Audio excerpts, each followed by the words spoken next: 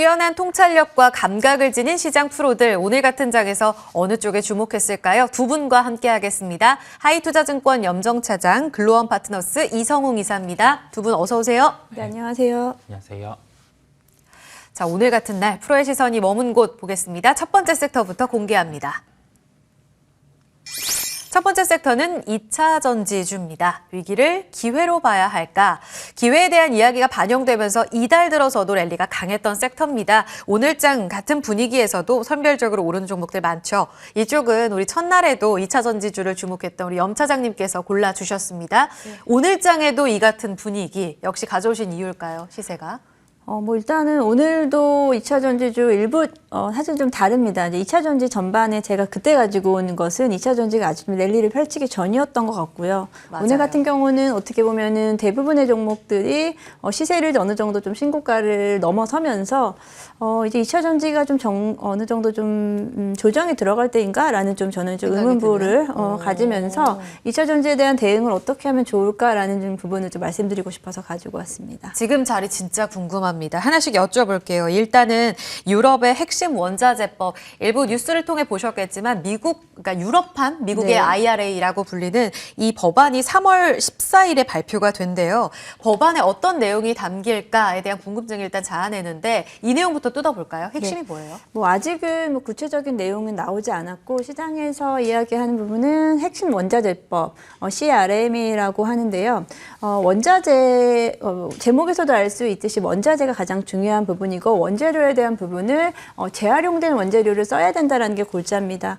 예를 들어서 코발트 같은 경우를 2025년에는 몇 퍼센트 사용했는데 네. 2030년에는 그 비중을 늘려서 20%까지 써야 된다. 근데 거기서 이제 재활용된 한마디로 폐배터리에서 추출한 이러한 원료를 사용해야 된다는 부분이고요. 그에 대한 부분은 지금까지 유럽에서 계속해서 이야기했었던 친환경 규제랑도 비슷한 맥락을 가지고 갑니다. 하지만 골자는 사실 유럽도 마찬가지로 이제 미국에서 IRA를 통해서 자국 내 이득을 사실은 좀 도모하기 위한 것처럼 유럽 내에서도 사실 지금 원자재에 대한 부분, 원재료에 대한 부분에 대한 확보를 유럽 내에서 좀 구축하기 위해서 산업을 확장시키기 위해서 이런 법안을 좀 만들지 않았나라고 좀 생각을 하고 있기 때문에 이와 관련된 어떤 기업들 유럽 내에서의 좀 활발하게 지금 준비하고 있는 기업이라든지 지금 유럽 내에서의 공장이 가지고 있는 이런 종목들 위주로 시장에서는 좀 주목을 받고 있기 시작하다라고 말씀드릴 수 있겠습니다. 중국이랑 러시아 의존도 낮춘다 이렇게도 해석 많이 하던데 그런 말씀해 주신 대로 우리 쪽으로는 확장, 유럽 쪽의 점유율을 늘리는 기회가 되는 거예요? 아니면 중국의 원자재로 의존도가 좀 높은 그런 기업들이 아직도 우리나라에 많잖아요. 네. 이쪽으로 부담이 커진다로 해석해야 돼요? 네, 제가 질문을 정확하게 지금 이해는 못했지만 우리에게 기회입니까? 네. 우려입니까? 일단은 기회가 될 수도 있고 우려가 될 수도 있다라고 생각하는데요. 기업마다 어떻게 보면 종목마다 좀 다르다라고 좀 볼 수 있겠고요. 결국은 우리가 미국 쪽으로 가든 유럽 쪽으로 가든 의존도를 중국의 의존도를 낮춰야 되는 거는 좀 명백한 상황인 것 같아요. 네, 그래서 네. 지금 미국 쪽으로의 최근엔 대규모 증설이 이루어졌고 그런 부분이 이번엔 또 유럽 쪽에도 일정 부분은 또 가야 되지 않을까라는 그렇죠. 부분인데 예. 그렇게 되면 계속해서 핵심 기술이라든지 그리고 이제 산업이 계속해서 좀 외국으로 좀 분산되는 좀 부분이 있기 때문에 네. 이 부분은 이제 자국 내에서는 좀 사실 좀 우려되는 부분이 있겠지만 결국은 또 어떻게 보면은 해외 진출에 대한 모색에 대한 부분 그리고 유럽 내에서 그에 대한 부분으로 세제 혜택이라든지 이런 보조금 혜택 같은 부분을 활용해서 유럽 내에 지금 점유율을 좀 높여야 되는데 사실 유럽 같은 경우는 미국보다 지금 유럽은 전기차 침투율이 더 높습니다. 네. 더 빠르게 먼저 성장이라기보다 더 빠르게 침투가 되어 있는 상황이고 하지만 유럽은 또 이제 미국이라든지 중국 시장과는 좀 다르게 유럽 내 자국의 이제 완성차 업계들의 전기차의 판매 비중이 좀 높은 편이고요. 그렇기 때문에 우리가 어떤 전기차 판매량보다는요, 이제 원재료에 대한 부분에 대한 유럽 쪽에는 이제 원재료 수급, 한마디로 재료 소재단에 대한 기업들이 조금 더 저는 또 혜택을 보지 않을까라고 생각하고 있습니다. 그래요. 지금 말씀하신 CRMA 법안 이야기의 골자를 들어봤을 때는 우리가 기회가 되기도 부담이 되기도 하지만 소재단에서는 수혜를 받고 특히 폐배터리를 활용했을 때 거기에서 추출되는 원재료를 활용했을 때 수혜가 크다라는 것을 핵심적으로 들여다볼 수 있는데 하는데 그렇다면 이 이사님도 같은 의견으로 보시는지 궁금하고요. 결국은 폐배터리 관련 종목들이 CRMA의 대표 수혜주로 이렇게 추릴 수 있는 건지 사실 세비캠, 성일하이텍 미리 좀 움직인 면이 있잖아요. 네. 이렇게 추리는 게 맞나요? 뭐 그렇게 접근도 할 수 있습니다. 접근할 수 있고 지금 그 유럽 내 점유율의 중요한 부분은 뭐냐면 네. 우선 그 전기차 부분에서 현기차의 시장 점유율이 유럽 쪽에서 먼저 올라왔었어요. 그러면서 그때 유럽에서 정책을 내세운 게 내연기관차의 그 배기가스의 허들을 다른 지금 완성차 업체, 글로벌의 업체들은 못 따라올 정도로 규제를 줬었거든요. 네. 그러면서 여기에 대해서 과징금을 부과를 한다고 했었어요. 그때 당시에 맞출 수 있는 기업이 현대기아차 정도 하나였습니다.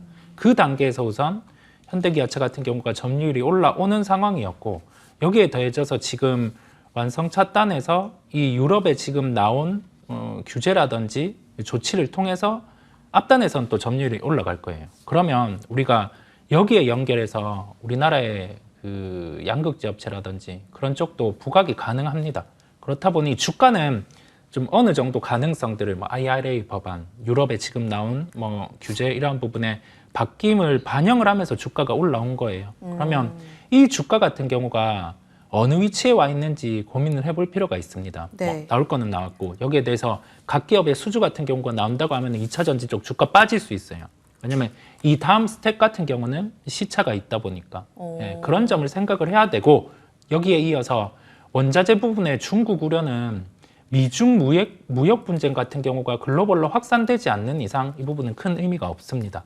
왜냐하면 수출과 수입을 놓고 봤을 때 네. 중국 같은 경우도 지금 원자재에 대한 규제를 바깥으로 내놓고 유럽산에 대해서 이 부분에 대한 추진을 좀 반대를 한다 이렇게 하면은 중국 경기 자체가 망가져요. 그렇다 보니까 이런 조치는 단행할 수 없고 원자재 부분은 다각화하고 있는 상황이기 때문에 큰 의미는 없다라고 보시면 되겠습니다. 지금 수주 발표가 나오면 오히려 반락하는 그런 움직임을 나타낼 수도 있다. 네. 사실 포스코홀딩스가 최근 들어서 수직 계열화 쪽으로는 굉장히 탄탄한 움직임을 나타내면서 네. 이쪽으로는 시세 분출이 더 강하게 나오곤 있잖아요. 이쪽으로는 반락 가능성이 있다고 보시는 거예요? 오늘의 반응은 그 터키 쪽의 튀르키예 이슈죠. 뭐 무역이라든지 그 부분이 철강에 대한 부분에 공급을 줄어들 수 있는 요인이 있다 본업적으로. 보니 오늘은 네. 본업에 의한 상승이고 그만큼의 2차 전지 밸류 같은 경우는 포스코 홀딩스가 몇 년치에 발생할 수 있는 부분을 미리 가지고 와서 반영은 했어요. 네. 그러면 이 상황 뒤에는 뭐냐면 이제 이 다음에 실제적으로 뭐 아르헨티나 염호라든지 그런 네, 부분에서 본격적으로 뭐 추가 양산이 가능할 때 그때 이제 2차 전지 밸류를 대입을 하게 됩니다. 지금은 아직은 주가 네. 키패턴은 아니니까. 네, 본업에 더해져서 플러스 알파 정도 그렇게 보시면 되겠습니다. 알겠습니다. 그러면 CRMA에 대한 정책 이야기를 좀 더 추가적으로 나눠봤을 때 그럼 법안 발표 결국은 뚜껑이 열어봐야 한다라는 말씀을 염 차장님께서도 해주셨어요.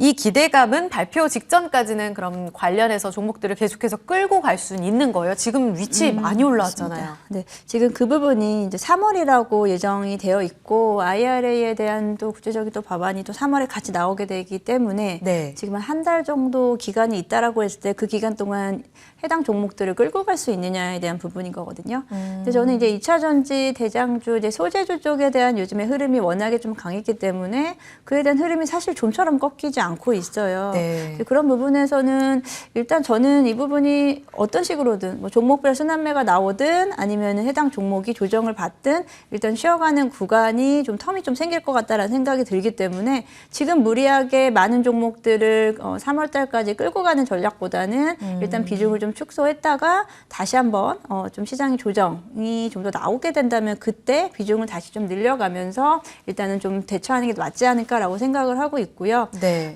지금 이미 시장에서 제가 뭐 CRMA 관련해서 이야기를 한 것은 한 2주 전부터 제가 이야기를 했던 것 같아요.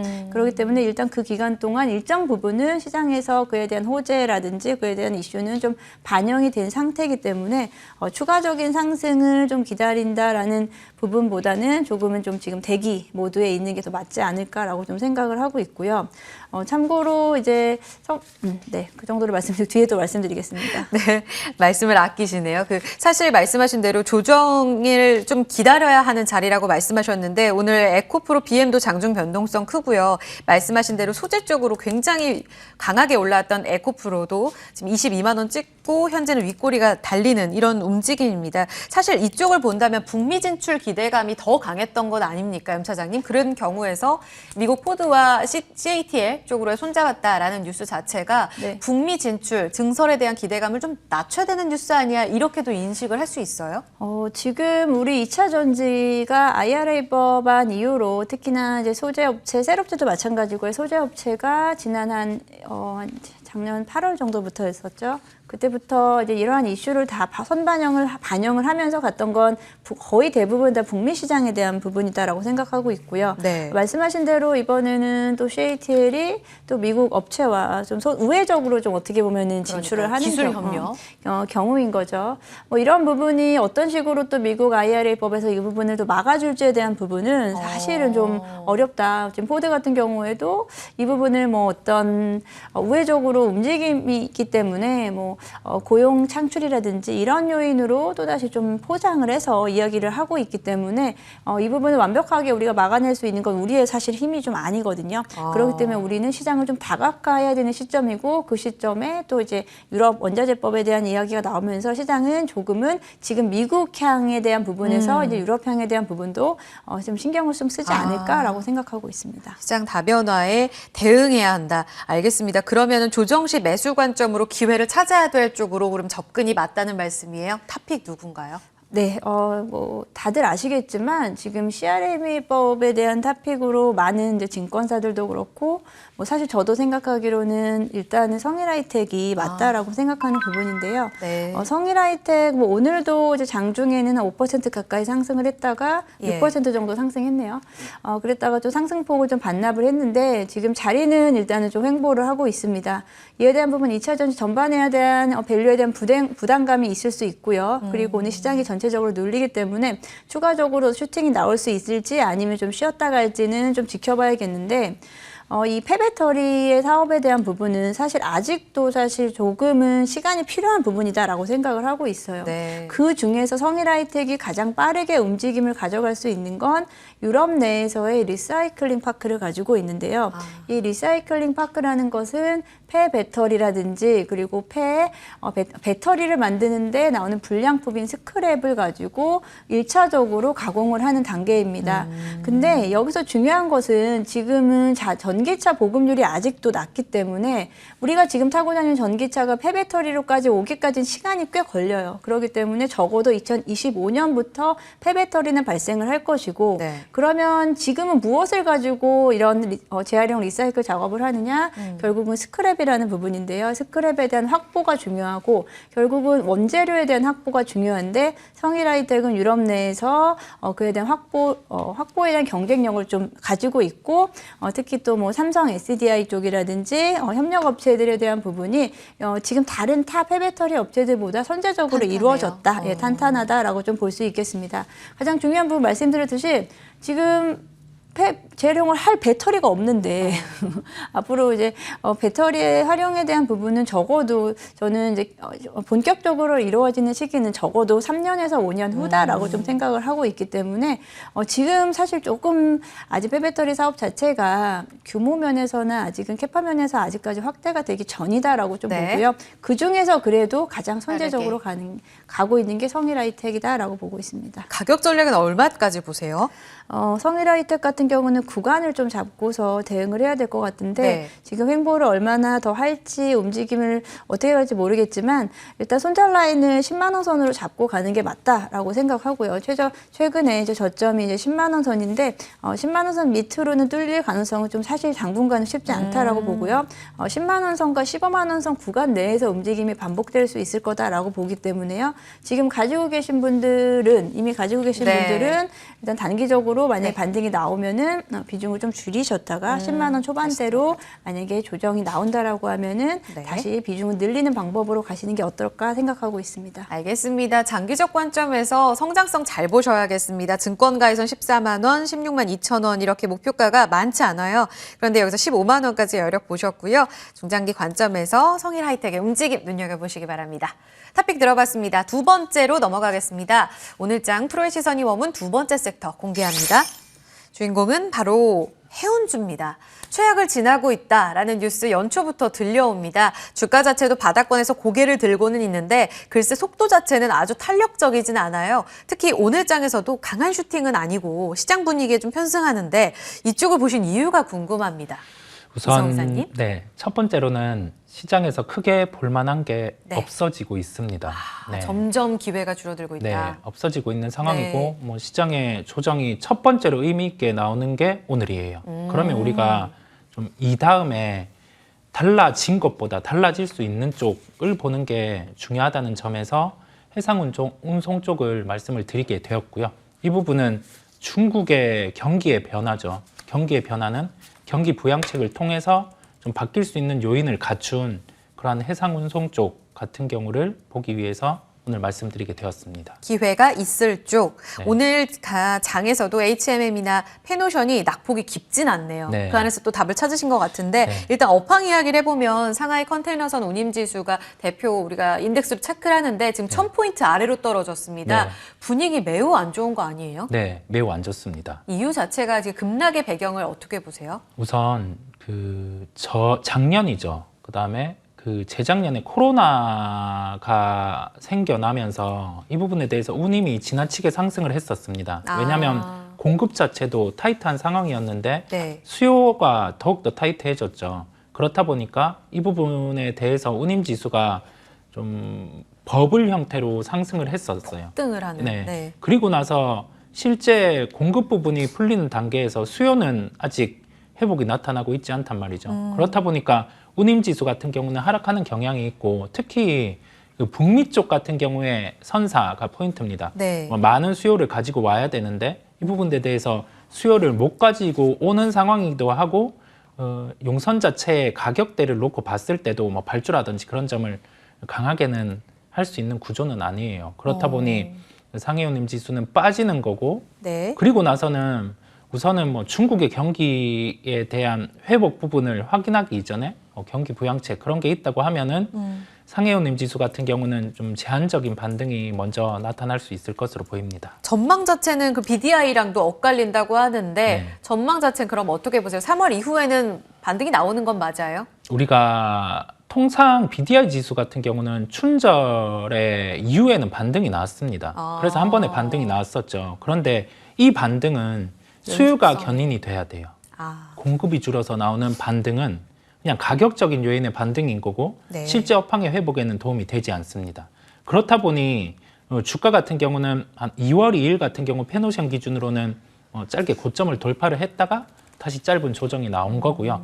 그러네요. 상해 운임 지수보다는 벌크선 운임 지수가 더 유리하기는 해요. 왜냐하면 그래요? 이게 화물이라든지 건화물 이 부분과 관련돼서는 벌크선 같은 경우는 지금 재고가 그렇게 많지가 않습니다. 네. 실제 그러면 수요 회복이 나타난다고 하면은 이 타이트한 재고를 바탕으로 지수 같은 경우가 더 턴을 할 수 있는 거예요. 그렇다 보니 우리는 어렵게 생각할 필요 없습니다. 시장에서는 수요 공급의 논리 네. 거기에 따라서 지표는 갈리기 마련이고요.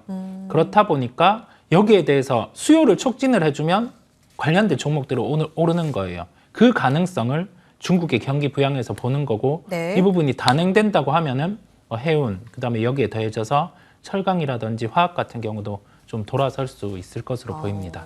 소비가 살아나고 리오프닝 주에 후발로 움직일 수 있는 이런 민감 쪽까지도 턴어라운드가 나타날 수 있다. 수요 확인이 꼭 필요하겠습니다. 개별적으로 좀 여쭤봤을 때 염 차장님 어제 이제 H&M 쪽으로 친환경 선박 발주 소식도 들렸습니다. 오늘 주가 탄력이 크게 반응하는 것 같지는 않은데 장기적으로 봤을 때 뭐 조선 쪽도 그렇잖아요. 친환경 선박으로 교체하는 것이 미래 동력으로 많이들 주목을 하는데 그런 의미에서 봤을 때 긴 관점으로는 긍정적으로 해석할 수 있는 포인트인가요? 네, 뭐 긍정적이라고 해석할 수 있겠는데 이 부분은 필수적인 부분이다라고 좀 아. 생각하시면 되겠는데요. 기존에 이제 기존 선박 연료인 벙커CO 같은 경우는 이제 탄소 배출에 대한 부분으로 인해서 앞으로 이제 국제해사기구에서는 실제로 2020년 초반부터 이제 선박에 대해서 배기가스, 황산화물 함유량을 지금 상한선을 줄이고 대폭 줄이고 있고요. 네. 심지어 이런 부분에서 항만국 통제라든지 이런 구체적인 대안을 마련을 해야 되는 입출항을 금지시킨다든지 이런 대안을 하고 있기 때문에 이번에 HMM이 뭐 메탄올 추진선에 대한 부분을 발주했다라는 부분은 이에 대한 부분을 시장에 대한 흐름을 대응하는 정도로 해석하시면 될 것 같고 앞서 말씀하신 어떤 뭐 운임지수라든지 상하이 컨테이너 운임지수와 같은 부분과는 좀 별개로 해석하시면 될 것 같습니다. M&A 뉴스가 있어도 크게 올라오지를 못합니다. 긴 관점에서 이런 흐름들은 좀 확인을 해보셔야 될 것 같아요.